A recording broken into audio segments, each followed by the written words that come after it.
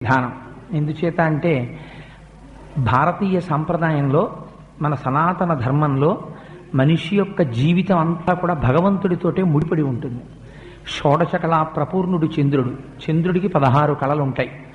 మనిషికి 16 సంస్కారముల చేత సంస్కరింపబడతాడు.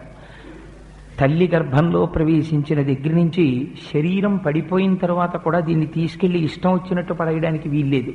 అంచేష్టి సంస్కారము అని సంస్కారం చేసి దీన్ని పంచభూతాల్లోకి పంపించేస్తారు. అందుకని మనిషికి కూడా 16 కళలు, 16 సంస్కారములు.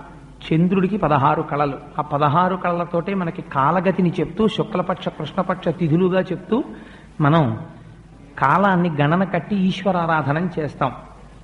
అలాగే భగవంతుడికి పూజ చేసినా కూడా 16 ఉపచారములతో పూజ చెయ్యాలి. ఈ 16 ఉపచారములతోటే పూజ చెయ్యడం అనేటటువంటి దాని వెనకాతల